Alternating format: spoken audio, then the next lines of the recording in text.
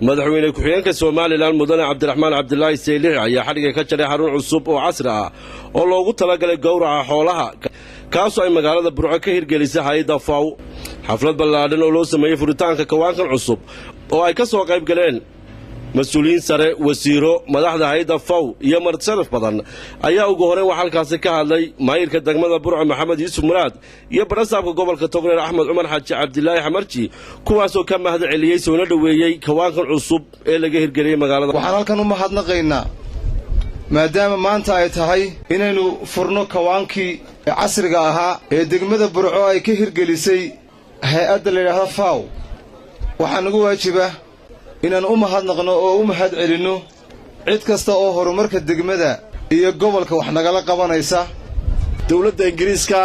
ayaa mashruucan lahayd iyo wasaaradda xanaanada iyo xoolaha iskaashaday fulinteedana waxa lahayd hay'adda FAW aad iyo aad baan ugu mahadsan yihiin guud ahaan horumarka gobolka ka socda waa qayb ka mid tahay horumarkan aynu maanta u joogno madaxa hay'adda FAW ee Soomaaliland Maxamed Jaamac iyo madaxa xafiiska Nairobi ee hay'adda FAW iyo wasiirka xanaanada xoolaha Soomaaliland Dr. Cabdi Daahir oo iyaguna halkaasi ka hadlay ayaa ka warbixiyay faa'iidada iyo waxtarka uu kawaankan cusub u leeyahay bulshada iyo dhaqaalaha ku baxday maadaama munaasabaddan qaaliga ah in isugu nimid xil wareejinta kawaanka casriga ah oo noociisa kii ugu habaysnaa ee laga sameeyo dalka Jamhuuriyadda Dimuqraadiga Soomaaliland walaalayaal. Today, the Burao Modern Slaughterhouse stands ready to transform the meat sector as we all knew it. It's fitted with all equipment to facilitate and observe hygiene standards by operators to ensure low contaminated but high quality and wholesome inspected meat.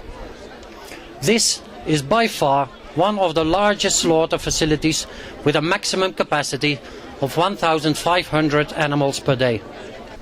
مشروعاً وحينجا عاوية أي فلوسي فاو حياة ديفيد ليدا هذا إنجليز كاينجا عاوسي وحكوب حي العقدان هل مليون ينص باكوب حي وحكوا لنا حديقي دونا مانتا مشروع كلا أو آسري بده هلي بكا يكوب حي دونان بقولي يلا باتكونوا $1 وحكوا لنا فري دونا إن شاء الله تعالى حديقي دونا مشروع بلادن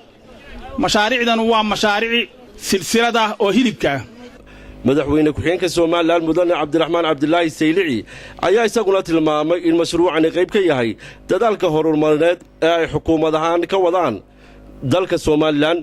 horaa buuran looga soo dhisay Hargeysa waa uu leeyahay kawaan fiican kii ugu casrisanaa ama ugu qiimo badnaana waa kan maanta Burco aan furi doono insha Allah waxa loo socdaa markaasi si loo tayeeyo hilibkii iyo caanihiiba oo cunto nadiif ah loo helo